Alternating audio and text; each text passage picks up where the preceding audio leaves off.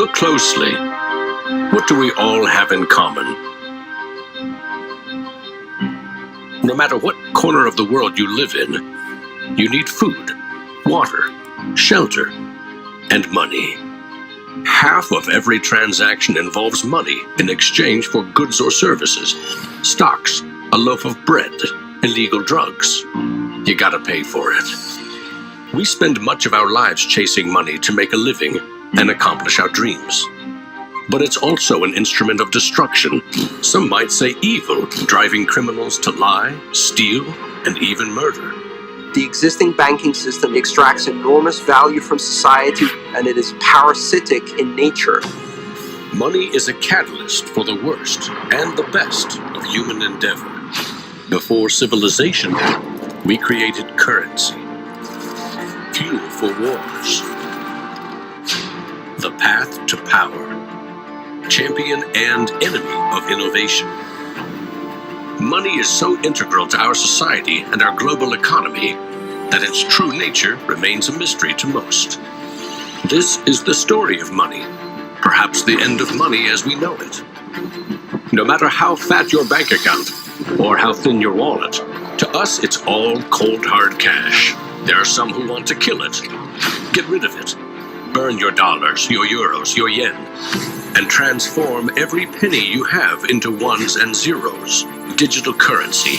Entrust it to the web and computers spread across the planet. Magic internet money. It's called cryptocurrency. Bitcoin. Invented in secret, it was a gift to the world. It's not just a currency, but it's actually programmable money. A potential curse on bankers. And there's nothing that the big banks or politicians can do to stop it. Breaking every government's grip on money supply.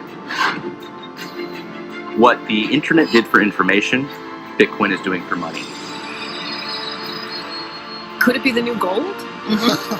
No, you have to really stretch your imagination to infer what the intrinsic value of Bitcoin is. Regulators, the Federal Reserve, the banking system, at least understand this is a thing that they have to take seriously. This is going to change the economic culture. Bitcoin could be a microeconomic miracle worker, and it could be a macroeconomic wrecking ball. Is Bitcoin the currency of the future?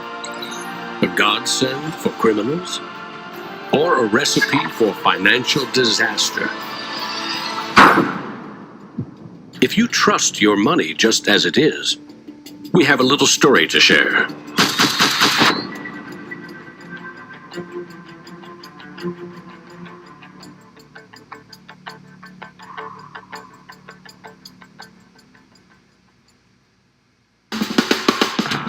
Once upon a time, there was a big party with everyone standing around the punch bowl, drunk. Politicians credited the strong economy to their wise decisions. Businesses jumped into new profitable markets, ignoring risk. In fact, the experts said there was no risk. Then, troubling market data from minor countries spooked the markets. Rumors spread.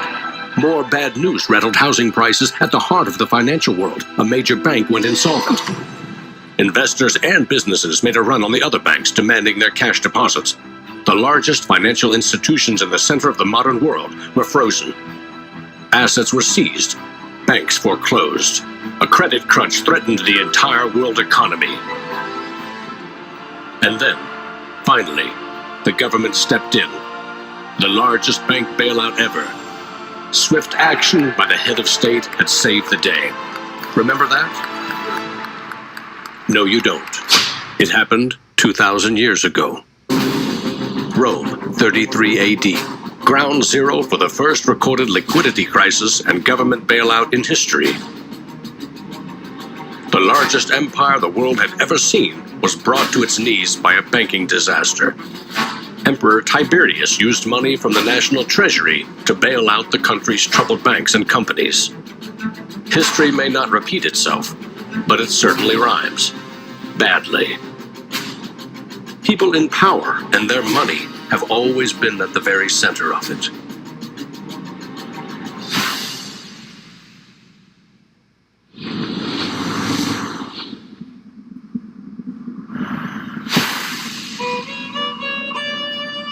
The story of money is as old as civilization itself. When we lived in small tribes, keeping track of debt was easy. You owed somebody a load of firewood. A neighbor owed you a piece of meat. Credits and debits were kept in your head, a mental ledger. Currency is a language that allows us to express transactional value between people. It's a technology that's older than the wheel. It's as old as fire. When humans wanted to trade outside their tribe or village, they needed something everyone could agree had value. Something scalable. Enter commodity monies. There were many kinds, but each had to embody the same 5 characteristics. A commodity money is relatively scarce, easily recognizable, can be cut into smaller pieces. You can substitute one piece for another of equal value, and you can carry it around without too much trouble. In ancient Rome, it was salt. The Aztecs used cacao beans. It was whale teeth on Fiji, yak dung in Tibet, shells in Africa and China.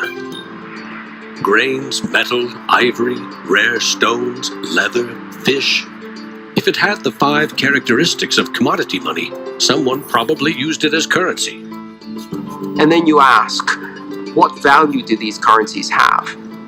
If you go into a primary school, you'll see children exchanging rubber bands and Tamagotchi and Pokemon cards and baseball cards and sweets and candy and any other form of currency.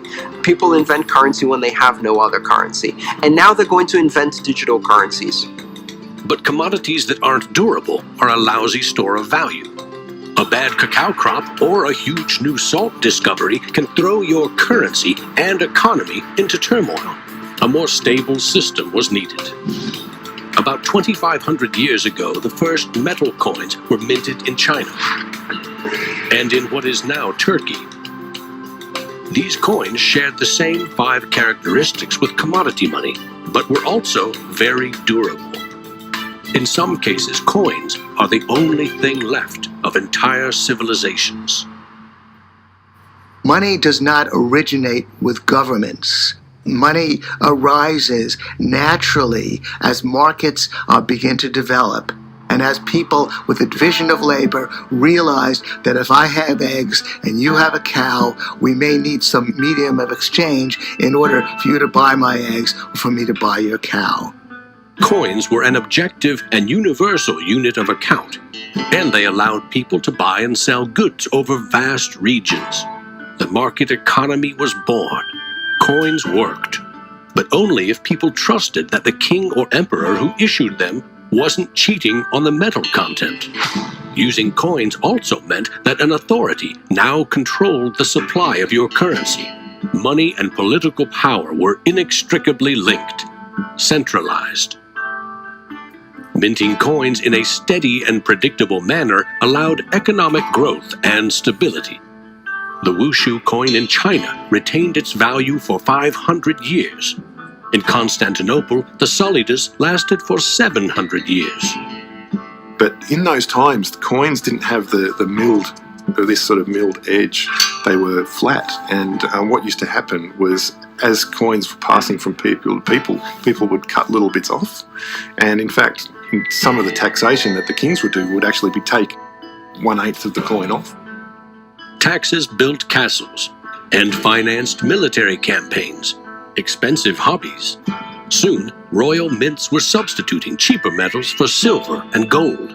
This is called debasement, and Europe's kings made a habit of it. The currency of France was debased every 20 months for 200 years. If no one can trust the gold or silver content of your coins, how can you trade with other countries? International merchants found a solution. They recognized that one person's debt has value. It can be traded or transferred. When those IOUs came from reputable sources, they could be used as a form of money, paper money. This money was not based on hard commodities or metal, but instead on someone's promise to pay. Merchant families like the Medici in 15th century Florence acted as clearinghouses for these IOUs. It worked like this. An English trader ordered a shipment of Italian cloth from the Medici for 100 gold coins. His promise to pay the Medici was put on paper. Meanwhile, the Medici owed 100 gold coins to another trading partner for delivery of wine from France. The parties didn't go to the expense of transporting and exchanging gold coins. Instead, the paper was transferred. Everyone agreed that the paper had value, 100 gold coins, but only because everyone trusted the Medici as solvent middlemen. They had created a paper money machine. Within a few generations, they rose from low crime to high finance. Their great wealth helped fuel the Italian Renaissance and elevated the family to levels of enormous political power. The power to marry into royal families and get elected as popes. The ties binding money to power, politics, and influence now ran through church and state. Merchants had proven that creating paper currency could be wildly profitable. Goldsmiths wanted in on the action. Imagine it like this. If the goldsmith had seen over a period of time that some of the coins he was storing for people were gathering dust, the people who owned them don't need them right now. So what if I go and lend them out into the community and I charge them interest on this loan? So he starts out lending some of these gold coins, and then later he realizes actually people don't even want the gold coins, they just want the piece of paper that says the gold coins are in the bank and with the goldsmith. So I can now make a loan with these pieces of paper, and whatever I write on a piece of paper, as long as people trust me, they'll trust the paper. And effectively the goldsmiths and the early day bankers, they had literally acquired the power to print money. More and more private paper money from merchants and banks circulated and began to rival the crown's coins. The power inherent in controlling and issuing money began slipping away from the rulers. They couldn't tax or debase this new kind of money, but they had bigger ambitions than ever with trading posts, colonies, and empires that now stretched across the globe. For centuries, European countries would take turns building massive fleets and waging war on each other to rule the world.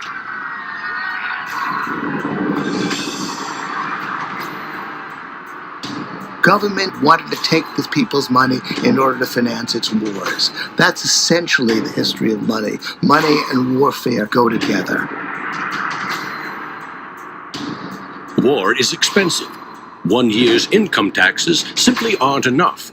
Kings and queens had to borrow money against future taxes. They needed a groundbreaking financial innovation: government bonds. The loans came from rich merchant families and goldsmiths, who by now had become powerful financiers and bankers. Sovereign debt and deficit spending had been born.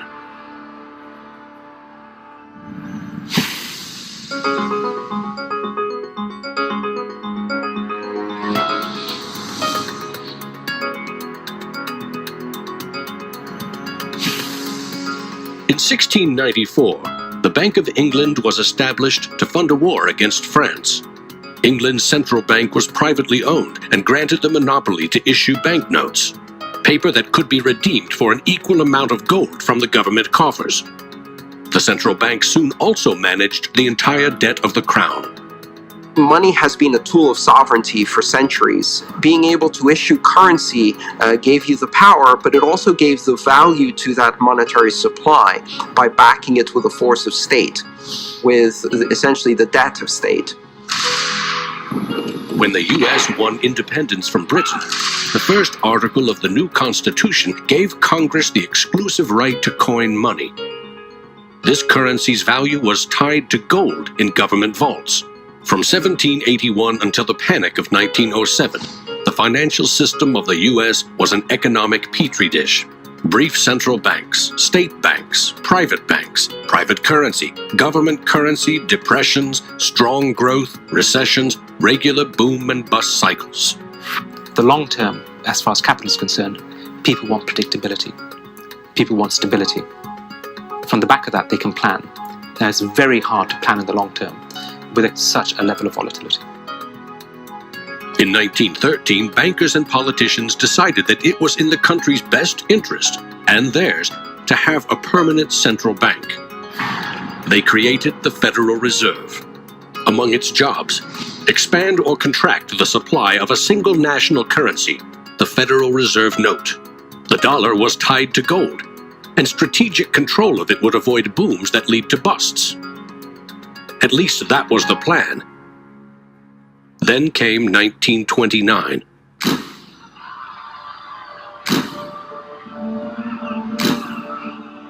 The Great Depression would have a profound effect on monetary policy worldwide. I shall ask the Congress for the one remaining instrument to meet the crisis: broad executive power. Soon, the Fed had printed nearly all the money it legally could to pump life back into the economy. It needed gold to fire up the mint. So in 1933, President Roosevelt issued a controversial executive order, forcing all U.S. citizens to sell their gold to the Federal Reserve at a fixed price, or go to prison. The Fed offered far more cash to foreign governments for their gold. Many jumped at the offer. Gold flowed in, and dollars spread across the globe.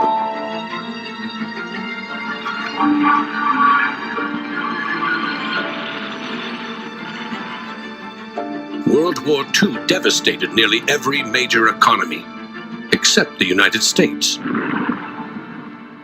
The military and industrial juggernaut emerged as the global financial superpower. The dollar had become the world's most stable and trusted currency. Other countries pegged their currency to the dollar, which could still be redeemed for gold. In fact, the U.S. owned more than half of the world's gold reserves. In the next few decades, more dollars flowed to foreign countries. Governments began debasing their coins with cheaper metals and printing more of their own currency than they had in gold. The bond between precious metals and paper currency was cracking. This is a 1966 50-cent piece. It was the last coin in regular circulation in Australia to contain silver. It contains 80% silver. So in 1966, this was 50 cents. Nowadays, it's $8 roughly in silver alone. By 1966, foreign nations had had enough of the U.S. collecting gold and printing cash. And they had more value in dollars than the U.S. had bullion in its vaults. They demanded gold in return for their paper dollars. Arguments about the value of the dollar versus their currency ensued. In 1971, President Nixon settled the matter. He severed United States currency from the gold standard. I have directed Secretary Connally to suspend temporarily the convertibility of the dollar into gold or other reserve assets, except in amounts and conditions determined to be in the interest of monetary stability and in the best interest of the United States. Never again could anyone legally demand U.S. government gold in exchange for paper dollars. For better or worse, the dollar was now backed solely by the full faith and credit of the United States government. The wealthiest nation the world had ever known would bet its future on a single word: trust. People have this mythology of money that is based on very little fact. And one of the nice things about Bitcoin is that it forces people to start to ask questions about the fundamentals of money. Bitcoin is an attempt to adopt the advanced computerized system that we have, the internet, to resurrecting what money used to be all about.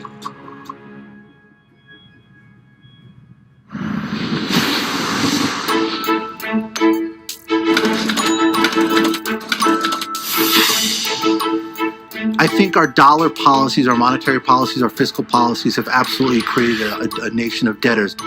Not just personal debt, not just corporate debt, but government debt. I mean, you have to look at those all together as one big thing. What is the wealth of the nation? Well, the wealth of the nation is a gigantic hole of money that we owe to the rest of the world that is never going to be paid back.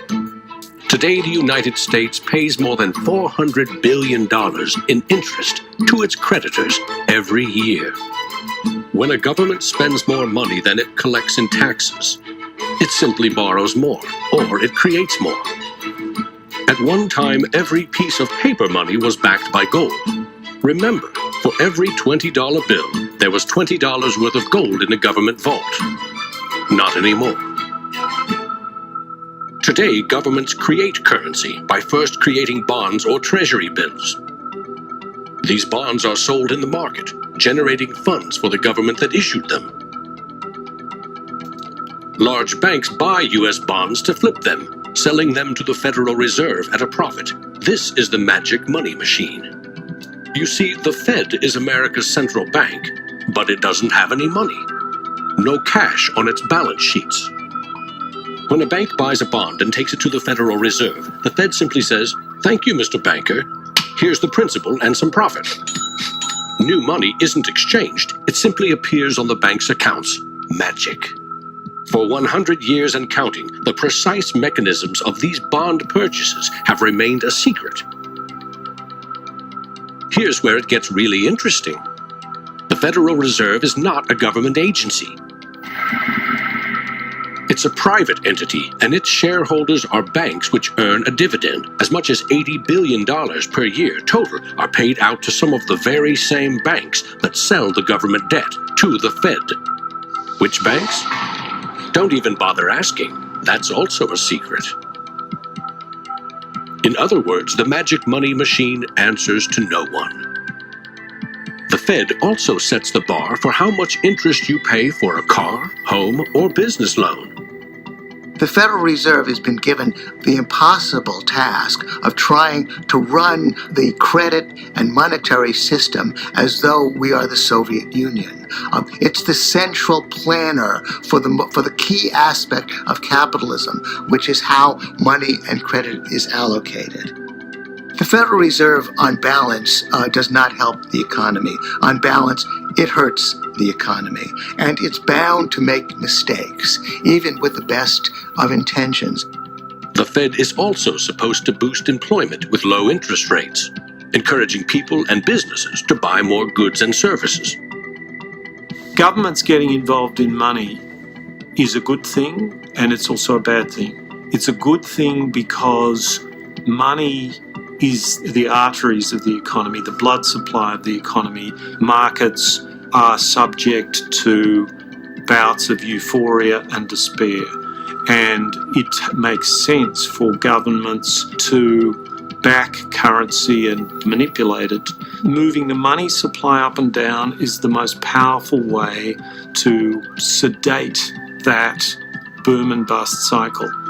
Manipulating the supply of money has short-term and long-term consequences.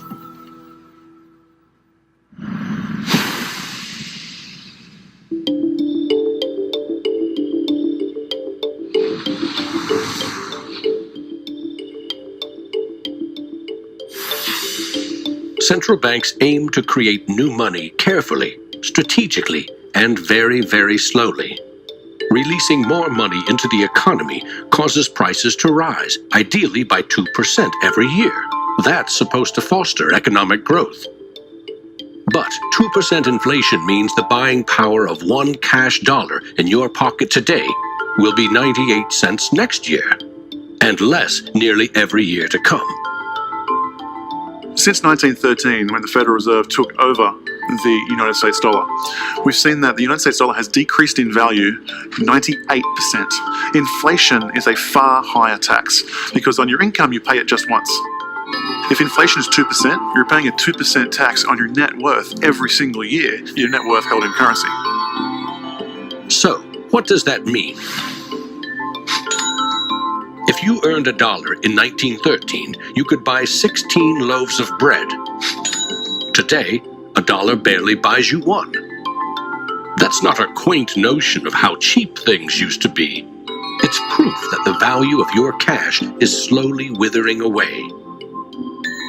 That $1 invested at 2% in 1913 would now be worth $7.24.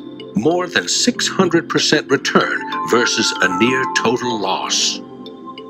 The US dollar has gone from being worth $1 to now being worth about 4 cents. So that's, 96% of its original value. And it's a direct result of government control. Governments don't create money from thin air all alone. You play a key role in the magic money machine.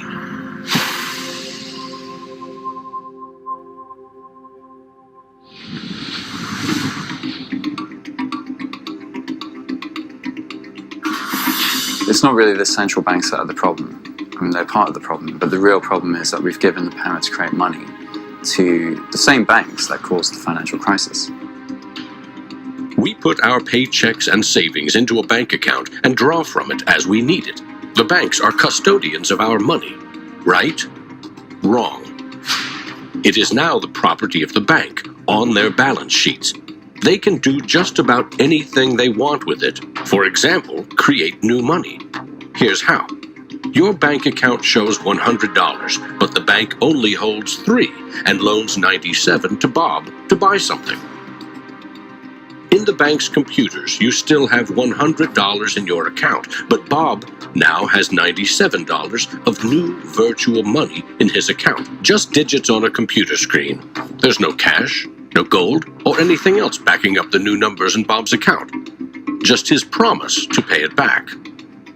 This is new money created as debt. When those $97 are spent, say in a shop, the shop owner deposits into another bank, and it is lent out again, and again, and again. And each of these people have numbers in their accounts showing that they own this money. So your original $100 has multiplied. Now there are over $3,300 in the system. This process of loaning out far more money than a bank actually has as cash on hand is called fractional reserve banking.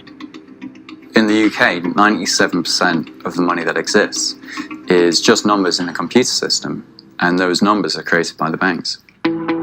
Banks earn untold billions in interest every year by creating and lending virtual money. What's more, banks don't even need your deposit to create new money. If they consider someone credit-worthy for a loan, they can put new magic money into his or her account and start charging interest. So reporters talk about Bitcoin as though it's the first digital currency. But actually we use digital currency every time you make a transaction through internet banking or through your bank card. Actually, it's not even just digital currency, it's digital currency that is created by the banks, essentially out of nothing. In other words, all new money is debt. This is the part of money creation that isn't taught in economics class. Money in paychecks, bank accounts, 401ks, that loan to Bob, credit card debt, your home loan, all began life as virtual money created by the banks. The entire system is based on trust. Trust in the bank's solvency. Trust in the debtor's ability to repay their debt. If all bank customers demanded just 3% of their deposits right now in cash, this run on the banks would reveal the truth. Almost none of that paper currency you think is in your bank account exists. It never did. Remember the drunken party? Our financial crisis had everything to do with virtual dollars. Too many people with very little income borrowed a lot of money they could never repay. But the banks didn't care. They didn't have to. They quickly made and sold shaky loans to someone else for a profit. And I got them all approved. Hey! Apply now. Selling bad loans was a good business until the whole thing blew up in the global financial crisis.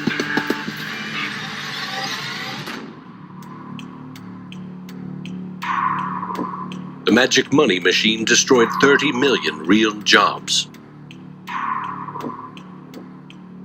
The United States alone lost $16 trillion in household wealth, and the banks foreclosed on more than 1 million homes.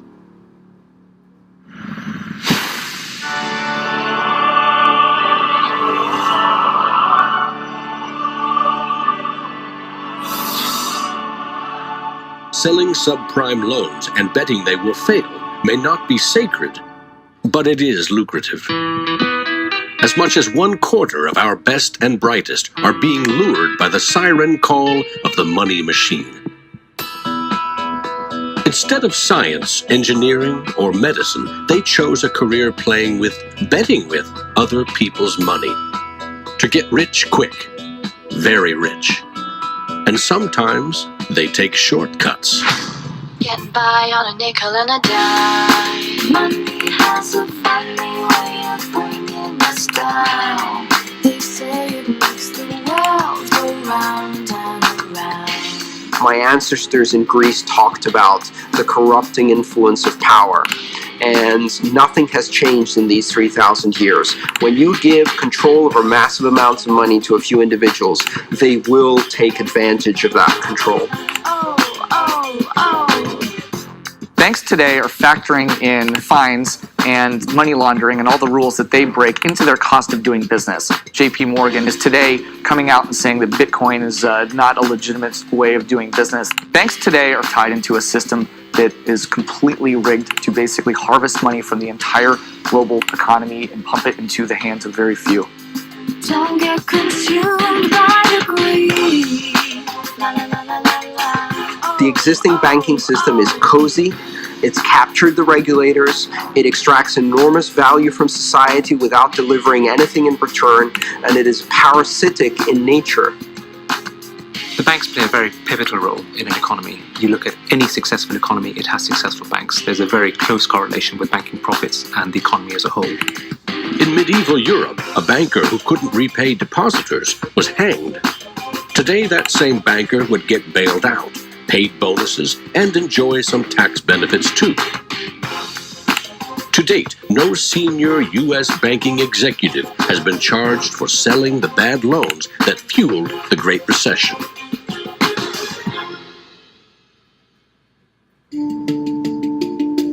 In December 2014, just 6 years after the last banking crisis brought the world to its knees, a congressman snuck a last-minute provision written by Citigroup into a crucial funding bill.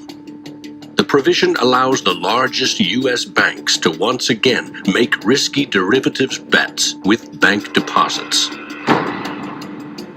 But no need to worry. If the banks implode again, lost deposits must be paid back by U.S. taxpayers.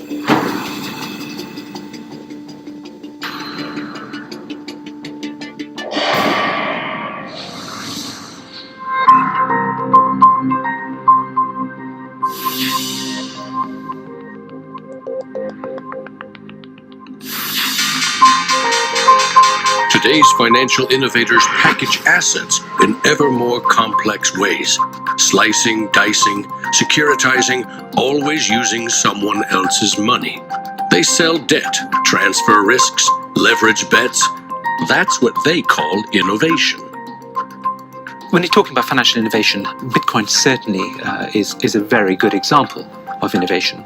But there's also been other innovations that people a bit closer to the world of finance would cite as good examples. An example of that would be the original swaps market. From there moving on to the credit default swap. It is an excellent example of financial innovation, but also if it's used incorrectly, it can create a lot of problems, as we've just seen.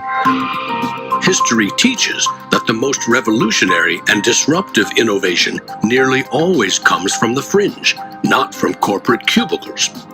True innovators see the world differently. They see the big picture, creating new products and entire systems that lead to new industries. Steve Jobs called them the square cogs in round holes.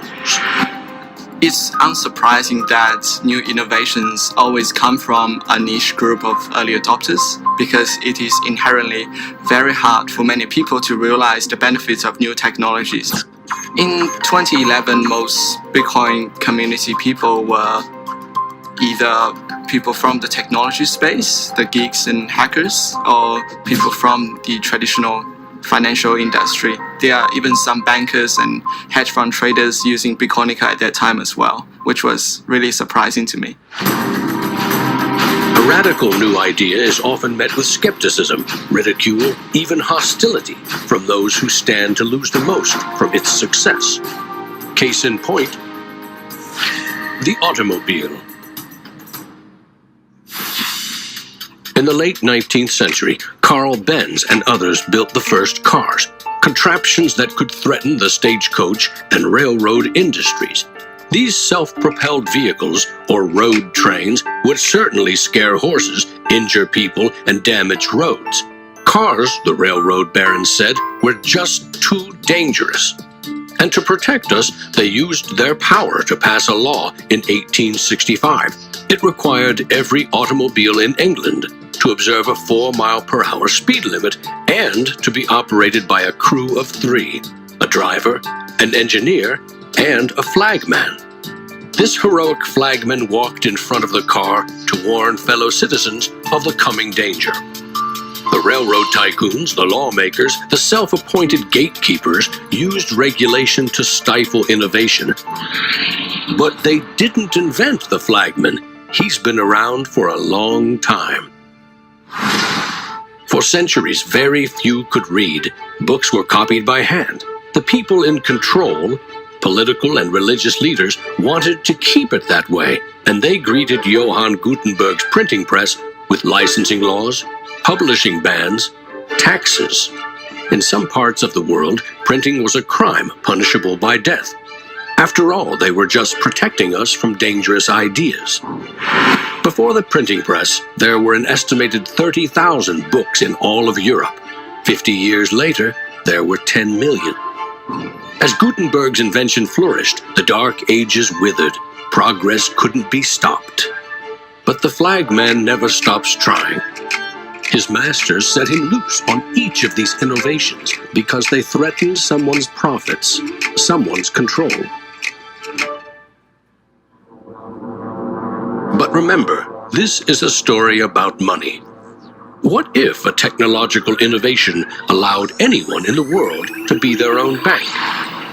To create a currency free from taxes and banking fees?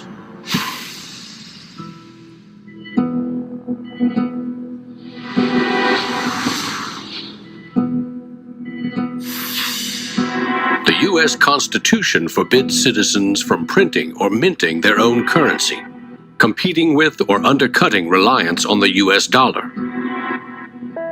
In 1998, Bernard von Nothaus decided to test the resolve of the federal government. The Liberty Dollar was available in gold, silver, platinum, and copper. It was available in 3 forms, both in specie, in other words, gold and silver, in paper, as warehouse receipts, and in digital form. Obviously, the government didn't like it. They arrested me and convicted me of counterfeiting, fraud, and conspiracy, and I'm currently awaiting 22 years sentence in federal prison.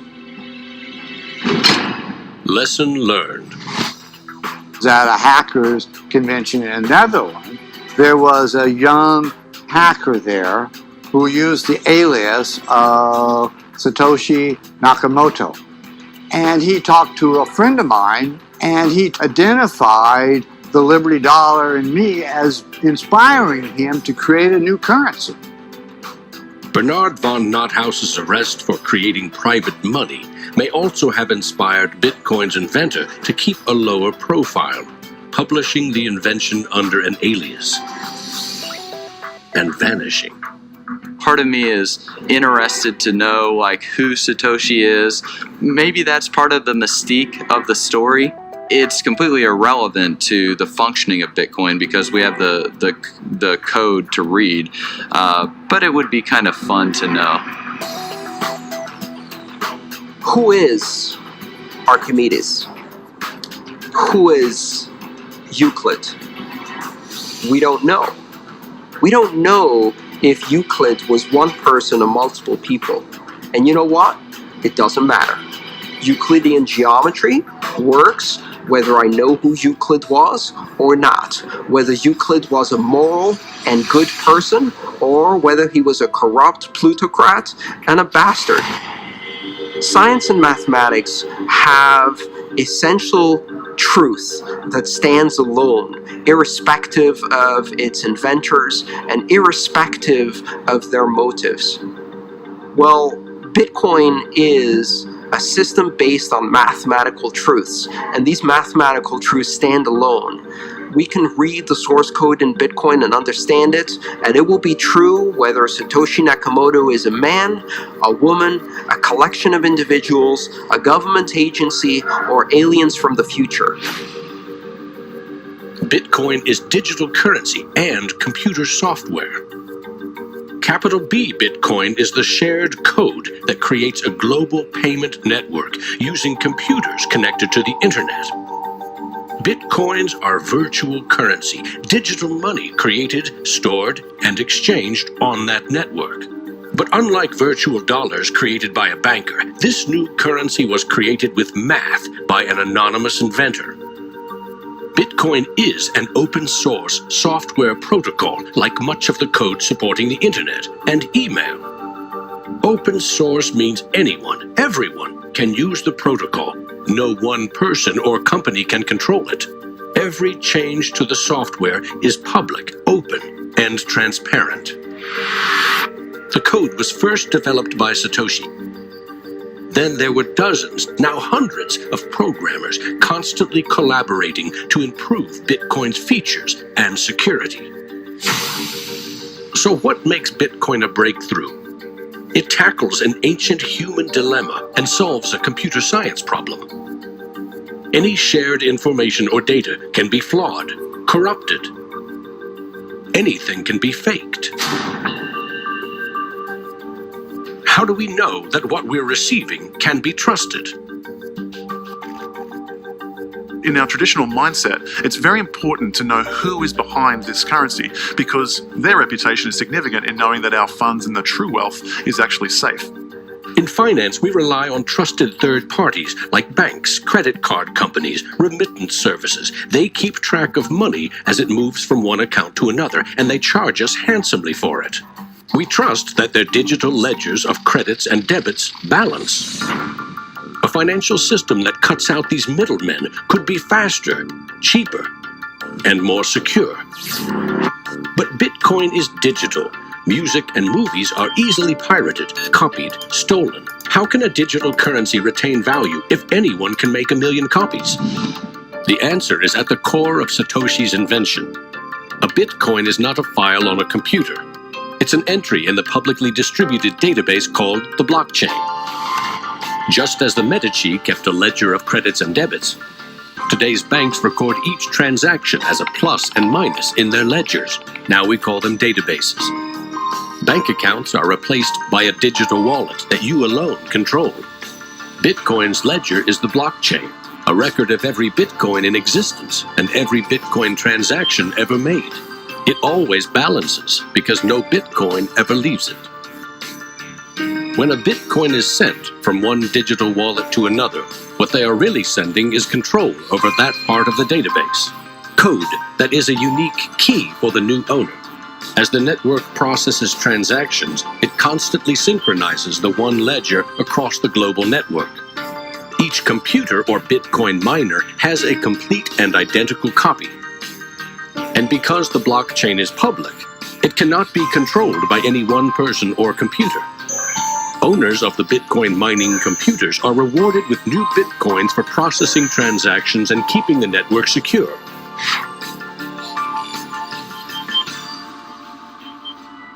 In other words, the Bitcoin network replaces banks and bankers.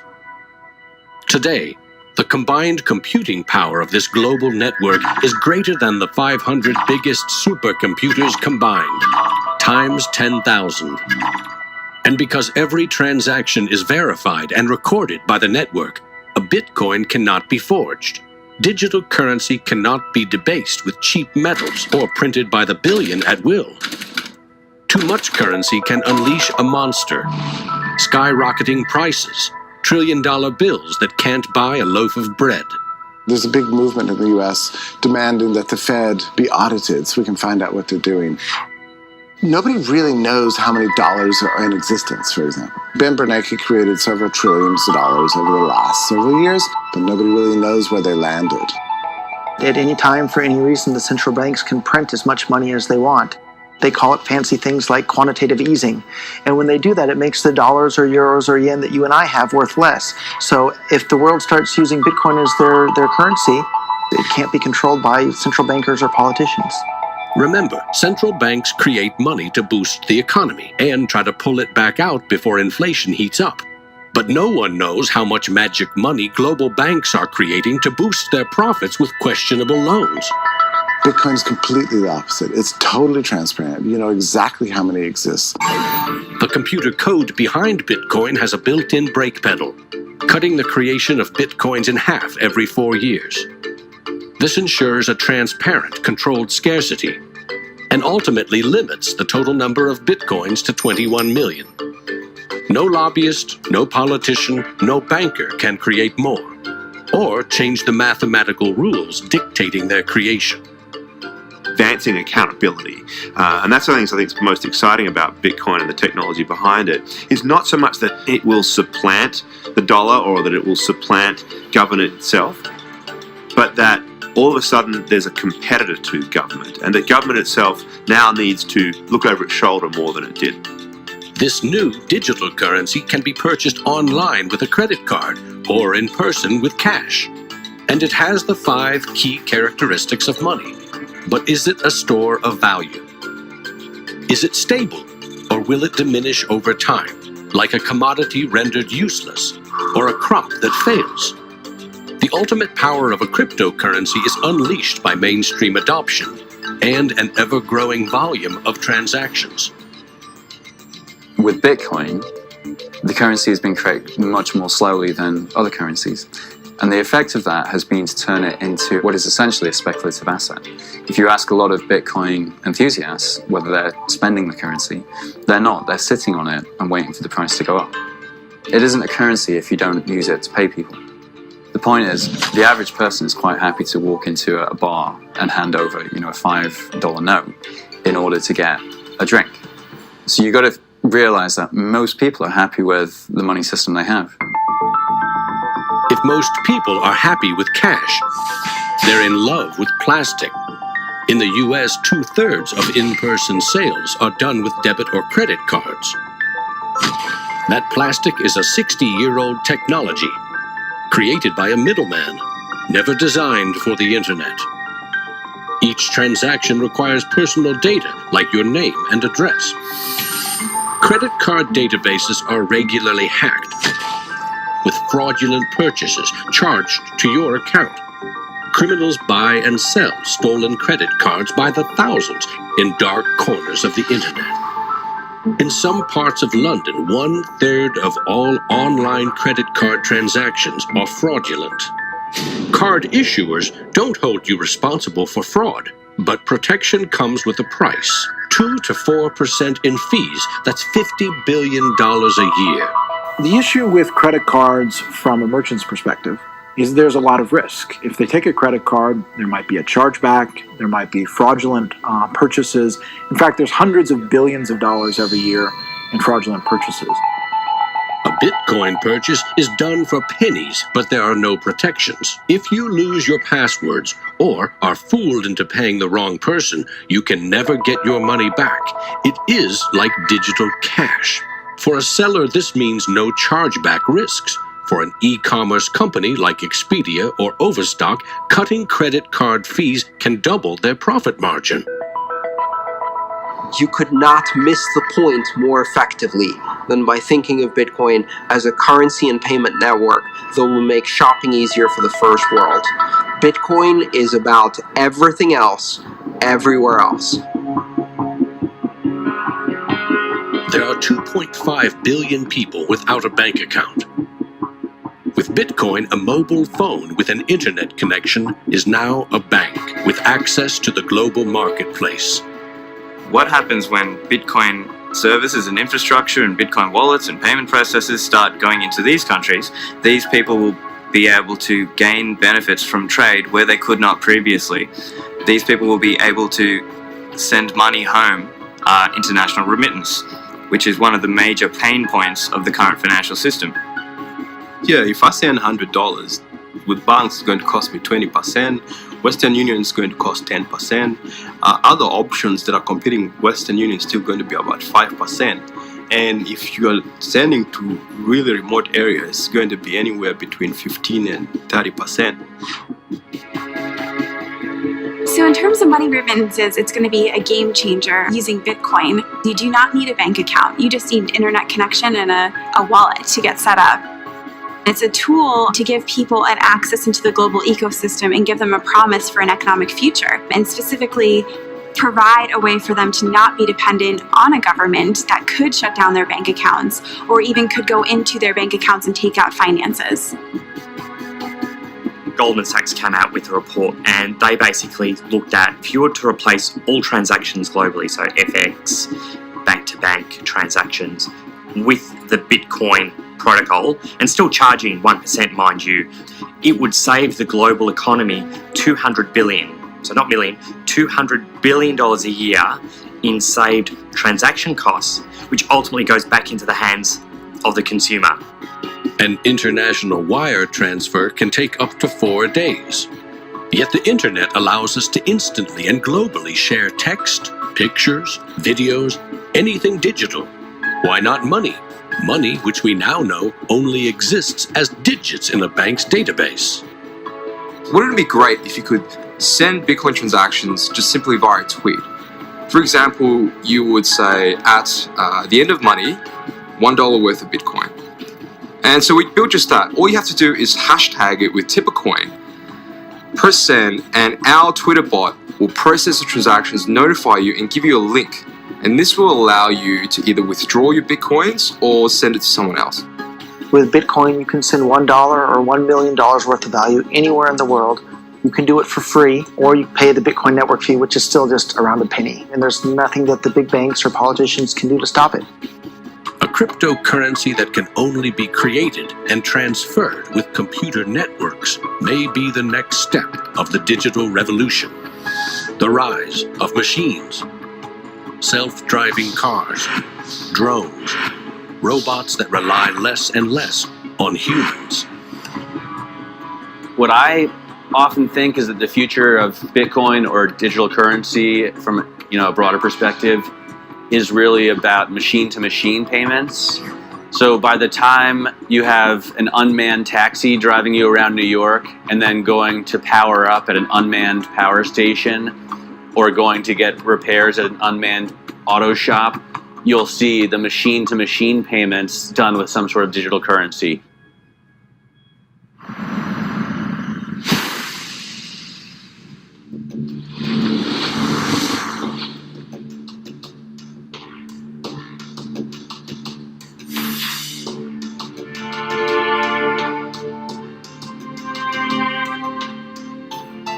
We actually built this world that we live in over the last 200 or 300 years. We've made some mistakes. We've learnt to make things better. The idea that there's some magic key, that if you just sort of stop doing a few things, that there'll be this perfect order that will settle, is a very childish ideological delusion, in my opinion. But that is not to say that Bitcoin isn't an exciting thing. It's a terrifically exciting thing. But we have to try and engage with it with working minds, not with magical thinking. People are suggesting that it's going to be another world currency, rivaling the dollar or the euro or the yen. I think that's not going to happen. I prefer to trust the banks or the central government compared to the Bitcoin is because someone's accountable. Whereas with the Bitcoin, it's completely deregulated. There's no central control. There's no one held accountable. It is a free float. It's purely demand and supply driven. Mr. Williams? So clearly this is not a currency. Currencies don't behave like this. But what this is a high-risk speculative commodity. So for the entrepreneurs, the bankers, the governments, and everyone else studying and watching Bitcoin, all I have to say is that there will probably be a lot of volatility and an upward trajectory, and to buckle up.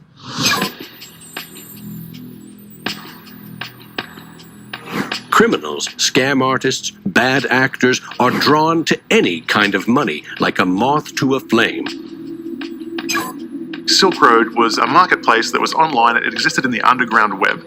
Now, this marketplace allowed people to sell things that were illegal to governments. Fake IDs, pirated music, Bibles in North Korea. Are cryptocurrencies inherently bad, or just the newest tool to acquire the forbidden? Porn is illegal in Iran. Was a few percentage points of sales on Silk Road was to sell porn to Iranians. Now, a much broader one that gets a lot of press with regards to Silk Road is drugs. I've been doing research over the past couple of years into the online drug marketplaces in the darknet using Tor and Bitcoin as technologies to enable illicit drug transactions. We did a global survey of drug users, and we had over 20,000 people respond to that. And the majority of those people were buying traditionally illicit drugs, ecstasy, cannabis. The FBI brought down Silk Road. It certainly hasn't stopped the trading of illicit drugs online. A lot of people want to criticize Bitcoin for being used for illegal things or illicit things, but if you look at it, the most popular currency in the entire world for doing bad things is the US dollar. If you think of Bitcoin as a platform instead of a currency, then you really begin to see the potential it has. The ledger, which cannot be forged, it cannot be changed, and is universally accepted, is genius. There will be Bitcoin technology forever, and it'll have applications for years to come. Creating a secure global payment system may just be the beginning. Patents, contracts, land titles, proof of ownership can be baked into Bitcoin, securely held in the public ledger. I read up more about Bitcoin, I played with the source code, I built some things that I realized this is actually a very, very powerful protocol. It's not just a currency, but it's actually programmable money. The digital age has fundamentally changed the world. We have embraced digitized music, film, medical records, communications, the internet. The free exchange of information and currency can fuel revolutions, help in a disaster. But our money is shackled to the 20th century, manipulated by governments and banks. The champions of Bitcoin ask us to imagine payments without a middleman, investments without a broker, loans without a bank, insurance without an underwriter, charity without a trustee, escrow without an agent, betting without a bookie, record keeping without an accountant, global, secure, nearly instant, and free. Is it fantasy or the future of money and commerce?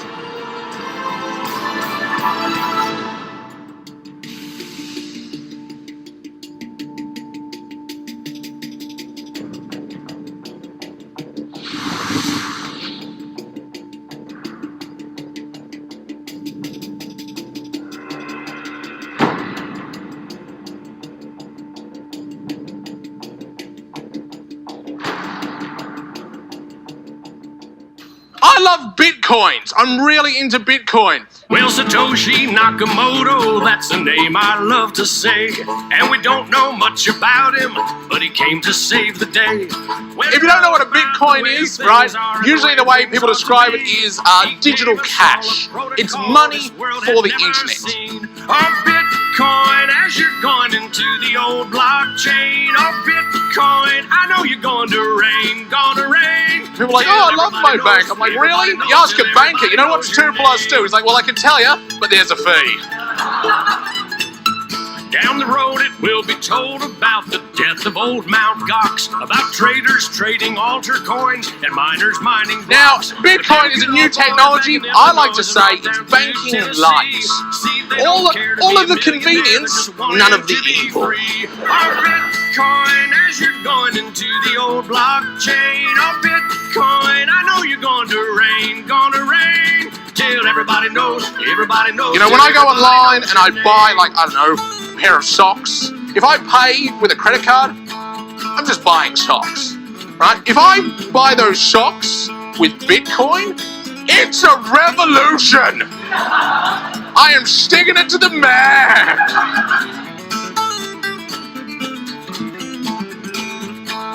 Oh, Lord, pass me some more. There's always people who are not ready to get into the new technology. You know, like when the internet came out, there was people going, nah, I don't think this is going to be popular. And then email came out and people were like, nah, this isn't going to catch on. And now Bitcoin comes out and people are like, I don't think, I'm like, aren't you sick of being wrong? Get on this train, you know?